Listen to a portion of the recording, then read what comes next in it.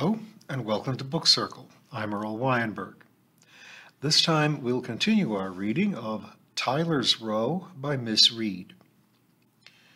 The Hales are trying to move into the cottage that they have bought, and it's not as easy as they might have thought, as anyone who has made a move will believe.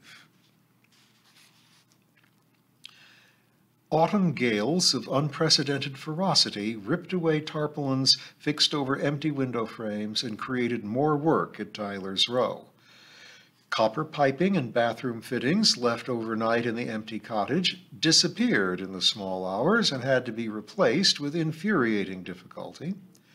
Mr. Roberts' cows in a field adjoining the property pushed their way into the garden and helped themselves to the freshly planted perennials, which Diana had spent 3 afternoons arranging carefully in a newly dug border. The garden was pockmarked with large holes where they had browsed undisturbed for hours. At one point, Bellamy Croft, in an expansive mood, had said that there was a possibility of moving in by Christmas. In January, he said, somewhat more cautiously, that it might be possible at the end of the month. In February, he said what a trying winter it had been for builders. And for schoolmasters, Peter had snarled. And he was truly surprised to find how much there still needed to be done. Perhaps in early March? In the middle of that month, with the end of term in sight, Peter issued an ultimatum. "We're moving during the Easter holidays, come hell or high water," he told Bellamy. "My own house is sold, and the chap wants to move in. Put some dynamite behind old Fairbrother and his minions, or they'll find themselves having to work around us. They've got 3 weeks to finish." Bellamy Croft professed himself pained and astonished at such impatience, though in truth he met with it often enough with his clients. However, Peter's forbidding "detention for you, boy" look had some effect, and a slightly brisker pace of progress began at Tyler's Row. Although there were cupboards still to be fitted, some top-coat painting to be done, and the lavatory window was still missing, Peter and Diana pressed on with their preparations for the move and named the day as the 20th of April. "The relief," sighed Diana, "is having something settled at last. Who was it kept saying his patience was exhausted, Peter?" "Hitler." "Are you sure?" Diana sounded startled. "Positive. His patience was exhausted just before he snapped up yet another country." "Well, I never expected to ally myself with that man, but at the moment I can sympathize with his feelings." Fairacre, of course, had watched the progress of conversion with unabated interest. The theft of the copper piping was attributed at once to Arthur Coggs, although no one had a shred of evidence to prove the charge. It was noted, however, that Mrs. Coggs was unusually free with her money at the Christmas jumble sale, even going so far as to expend a shilling on a fur tippet, once the property of Mrs. Partridge's mother. This, said some, proved that there was more money than usual in the Coggs household, and where had it come from? Funny, wasn't it, they said, that the copper piping had vanished only a few days earlier? Others pointed out that any proceeds from the sale of the stolen goods would have been poured promptly down Arthur Coggs' throat in the Beetle and Wedge. Mrs. Coggs would have been the last person to receive any bounty from her husband. Sergeant Burnaby enjoyed every minute of the builder's company, sitting in his old armchair in the garden and carrying on a non-stop conversation with anyone available. He had never had so much excitement and company before. He had every day brought another enthralling episode in this living serial story, and he delighted in regaling Peter and Diana with a blow-by-blow account of all that went on between their visits. Mrs. Fowler, on the other hand, behaved with mouth-pursed decorum. She knew, however, quite as much about the doings next door as did Sergeant Burnaby, and kept a watch upon the workmen as vigilant as his, but more discreet. The school children were equally interested, shouting to the builders as they passed on the way to school, begging for pieces of putty, nails, strips of wood, pieces of wallpaper, broken tiles, or anything else to be treasured. Mrs. Pringle and I were in rare unity in trying to discourage them from pillaging in this way and from bringing their loot into the school. Well-worked putty leaves fingerprints on exercise and reading books, and the children's fingers were grubbier than ever with handling their newly found possessions. I tried to convey to them the fact that they were stealing, with small success. "But they was going to be thrown out," they told me. "Them workmen said as these bits was rubbish." "And the putty?" I would persist remorselessly. "Just an odd bit, miss," they would plead. "Who do you think pays for the putty?" "Don't know, miss. Mr. and Mrs. Hale are paying for it. You are just as bad as the thief who took their copper piping." "But the workmen had no business to give things away." I made little headway with my arguments. The magpie instinct in children is strong, and they could see endless possibilities in the odds and ends so easily obtained. I have always kept a large box in the classroom filled with such oddments as cotton reels, matchboxes, odd buttons, scraps of material, lino, offcuts of wood, corks, and so on, in which the children loved to rummage. From this flotsam and jetsam of everyday life, they produce dozens of playthings for themselves, and prize them more than any boughten toy, as they say. One bleak January morning, after prayers had been said and the register marked, there came a crash from the lobby and a loud wail. On investigation, I found Joseph Coggs surveying the fragments of a tile scattered over the brick floor of the cloakroom. His dark eyes were shining with tears. "And what," I asked sternly, "makes you so late?" "I been to get this from my mum." He pointed a filthy finger toward the pieces. "From Tyler's Row?" "Yes, miss. It's going to be—" He sniffed and corrected himself. "It were going to be a teapot stand for her birthday, miss. Saturday, miss." "I shouldn't think your mother would want a stolen teapot stand," I said, improving the shining hour. "She wouldn't know," explained Joseph patiently. Despair began to grip me. Should I ever succeed in my battle? "You are late. You have been pilfering despite all I've said, and you've made a mess on Mrs. Pringle's clean floor. Sweep it up and come inside the minute you've finished." "Yes, miss," said Joseph meekly, setting off for the dustpan and brush. He was disconsolate for the rest of the morning. I could see that he was grieving for his lost treasure, and when he refused second helpings of school dinner, minced beef and mashed potato followed by treacle pudding, my hard heart was softened a little. When they went out to play in a biting east wind, I returned to the schoolhouse across the playground and sorted out a number of objects to add to the contents of the rubbish box. "You are free to choose," I told the children when handwork lesson began that afternoon. "You can paint a picture or get on with your knitting or make something from the rubbish box." Half a dozen little girls drew out their garter-stitched scarves and composed themselves happily with their knitting needles. About the same number of both sexes made for the paints and brushes, but the larger proportion of non-knitters rushed excitedly to the box. Some had seen me adding material, and all were agog to have first pick. As I hoped, Joseph was among them. I watched him remove a piece of lino with one hand and a large wooden lid, once the stopper of a sugar jar, with the other. His expression was one of mingled hope and anxiety, which, he seemed to be asking himself, would make a replacement for the broken tile. He took both objects back to his desk and studied them closely, stroking them in turn. Around him, work began on the construction of dolls' beds, dolls' chests of drawers, paper windmills, and cardboard spinning tops. There was a hubbub of conversation among the manufacturers, but Joseph remained silent, engrossed in his problem. At length, he set aside the lino and put the flat circle of wood in front of him.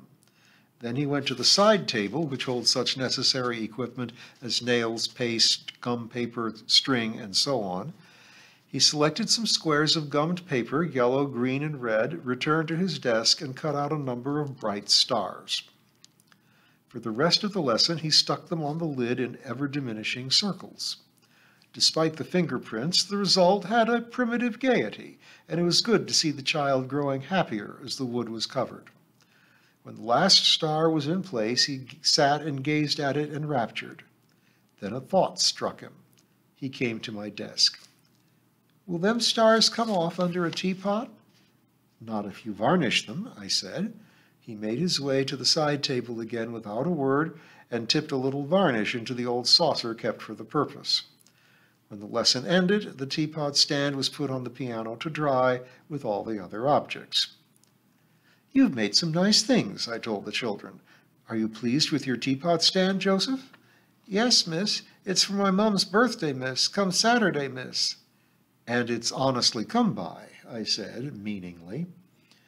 "And all out of bits thrown away," commented Ernest gleefully. "Like my tile," added Joseph. I opened my mouth, thought better of it, and closed it again. "That's a fine old mess in my dustpan," grumbled Mrs. Pringle when she arrived after school that afternoon. "Full of bits of broken tile or something." "Joseph should have tipped that in the dustbin," I said. Mrs. Pringle snorted. "Been pinching again? Them Coggses is all tarred with the same brush, if you ask me. Tyler's Row, I suppose? Wonder that place isn't gutted by now. Don't know what children are coming to these days. We'd have had a good leathering when I was young, but today, why, the kids don't seem to know right from wrong." "It's not from want of telling," I told her feelingly. Part 2. Some Squally Showers. Chapter 7. Moving Day. Providence, kindly for once, sent sunshine on April 20th. Diana had dreaded the day of departure from her old home, but when it arrived, the house looked so strange and bare that she felt as though parting with it were already over. Then, too, there was so much to do that there was little time to wax sentimental. Much of the stuff was already at Tyler's Row, for they had been taking over boxes of books, china, and cutlery during the last week or so. They ate their breakfast in the depleted kitchen with boxes of kitchen utensils stacked around them. The final stages of packing Diana found completely numbing. "What on earth shall I do with this milk?" she asked, looking hunted as she held up a jug. "Chuck it down the sink," said Peter robustly, "and throw the rest of the cornflakes and bread to the birds." She obeyed and then stood looking bewildered. "Suppose you want a drink later on? I ought to have kept out the flasks, you know, and filled them with coffee." "There's a pub at Fairacre, and old Burnaby will be making pots of tea like mad. Don't fret so," said Peter impatiently. Diana moved dumbly about her tasks. Most women, she told herself, would have thought about flasks and sandwiches and all the preparations for a move. She felt decidedly inefficient and slightly despairing. What, for instance, did she do with the last wet tea cloth? The removal men were due at 9:30. Peter was going ahead to let them into Tyler's Row, and Diana was left behind to see things out. Later, Peter would return to fetch her and Tom the cat, whose basket stood on the kitchen dresser in readiness. "You must leave Tom's saucer," said Diana, watching Peter cram the last-minute objects into the laundry basket. "He likes a drink about 11. "Oh, my Lord," moaned Peter, clutching his head. "Tom'll have to go without today. Anyway, we've thrown away the milk." "Oh, dear, he'll go next door for Charlie's. You know what he is." "He won't if you shut him in the bedroom," replied Peter firmly. "Now I'm off. Don't panic. Leave it all to the men, and I'll pick you up as soon as I've seen the furniture settled, probably soon after 1. Within minutes of his departure, the furniture vans arrived, and from then on, 4 hefty men took over. Diana wandered vaguely from room to room, trying to keep out of their way. They seemed remarkably calm and efficient, with their tea chests and mounds of newspapers and pieces of sacking and polyethylene sheeting. She watched the largest of the 4 deftly wrapping her best tea set in pieces of newspaper, his great red hands handling each piece much more delicately than she could herself.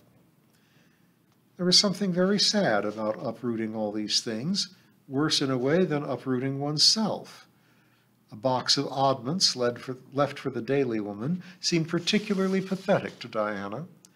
There was the blue and white mixing bowl which Mrs. Jones had always admired, and over there, waiting to be packed, was the blue and white flour dredger which had always stood beside it. It seemed wrong that they should be parted after so many years. Somehow Diana was reminded of a family dispersed, a bond broken, each wrenched from a common home and scattered far. By mid-morning, the upstairs floor was stripped, and Diana's roving feet echoed dismally on the bare boards. In the spare bedroom, a disgusted cat lashed his tail and did his best to escape as the door opened. He was as upset as Diana by the outrageous shattering of routine.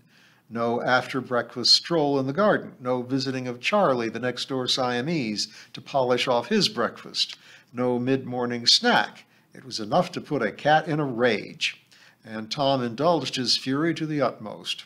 He repelled Diana's sympathetic advances, wriggling from her arms and gazing at her malevolently from the windowsill. He had noticed the hated cat basket earlier in the day and knew that something unpleasant was afoot. Another trip to see the vet, another stay at the kennels. Whatever was planned was not going to be approved by Tom, and he showed his displeasure plainly.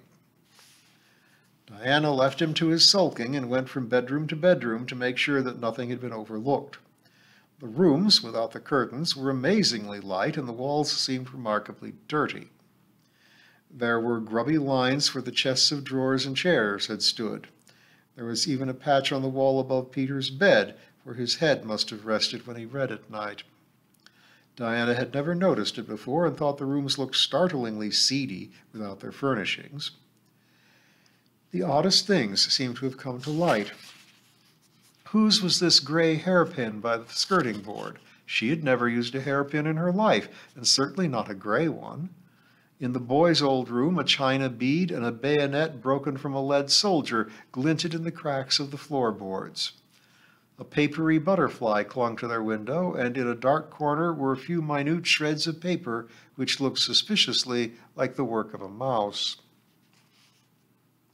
It was a good thing that Mrs. Jones was going to scrub the place from top to bottom, thought Diana, or the new owners would think that they had lived in absolute squalor. No one, looking at the bare rooms now, would believe that they were thoroughly spring-cleaned each March and zealously turned out once a week. By midday, the vans were packed and they rumbled away down the drive. Automatically, Diana looked at the empty mantel shelf to see the time, and even wandered into the kitchen to consult the non-existent wall clock there. Her neighbor had invited her to lunch, and she made her way next door, glad to leave the uncanny silence of her own home. "How's it going?" asked her hostess. "Very well, I think, but I feel as though I've been put through a wringer."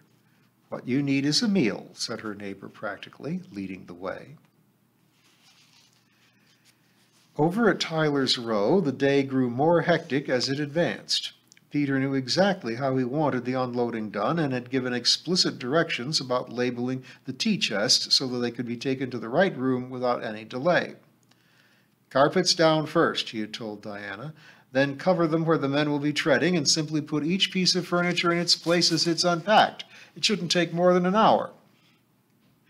Of course, it did not work out like that. The men had packed the vans with pieces which fitted well together, irrespective of the rooms for which they were intended. A little desultory labeling had been done in the early stages, but most of the tea chests bore no labels at all. Poor methodical Peter felt his blood pressure rising as the boxes came into the tiny hall one after the other with a cheerful cry of, "Where do you want this, sir?" Diana's camphor wood blanket chest, brought back from China by a long-dead seafarer in the family, proved to be too large to go upstairs to the landing, which was to have been its resting place. "But it must go up," said Peter distractedly, watching the men twist it and turn it. The stair wall and the banisters were escaping damage by a hair's breadth. "I measured the thing." "But did you measure these here stairs?" puffed one man. "Of course I did," snapped Peter. "Measurements don't help," said the second man lugubriously. "When you comes to it, there's always something that sticks out. Legs, maybe, or a handle, or the staircase bulges. I've seen it happen time and time again." We could take it through the bedroom window, suggested the other, if we could get it out of the frame. And what about the bedroom door? Cried Peter. That's about half the width of the window. No, no, it will have to stay downstairs for the time being. In the hall? Fat lot of good that would be, said Peter, sorely tried. We can't move it as it is for all these unlabeled boxes. Take the thing into the garden shed for now. At least it's out of the way. Despite his meticulous work with pencil and paper in the preceding weeks, there were other things besides the blanket chest, which Peter found were too large or too wide for the places appointed. The kitchen door opened onto the cooker. The saucepan shelf proved to be just the right height for the handles to jut out into passers' eyes. The hall floor was so uneven that the grandfather clock leaned drunkenly this way and that, and they were obliged to put it into the drawing room, displacing a bookcase, which eventually joined the blanket chest in the limbo of the garden shed. But the final straw came when an underfelt was discovered in the van and proved to be the one which should have been put down under the main bedroom carpet, upon which all the heavy furniture was now in position. The day had been punctuated by visits from Sergeant Burnaby, loving every minute, who offered cups of tea, coffee, and general advice non-stop. At 4 o'clock, exhausted by his tribulations, Peter reeled next door and partook of a cup of well-stewed tea sweetened with condensed milk, which he drank standing, saying truly that if he sat down he felt he would never rise again. At 5 o'clock the men departed, cheerful to the last, and Peter set off to fetch Diana and Tom. I feel about 100, he thought as he drove through Beech Green, dodging a pheasant bent on suicide. Talk about preparing for retirement. I doubt if I'll live to see it at this rate. And then his spirits rose. They were actually at Tyler's Row. After all the vicissitudes, it was theirs at last. In a few minutes, he and Diana would be driving away from their old home for the last time. He stepped on the accelerator and sped toward Caxley. And we'll see the conclusion of the grand move next time.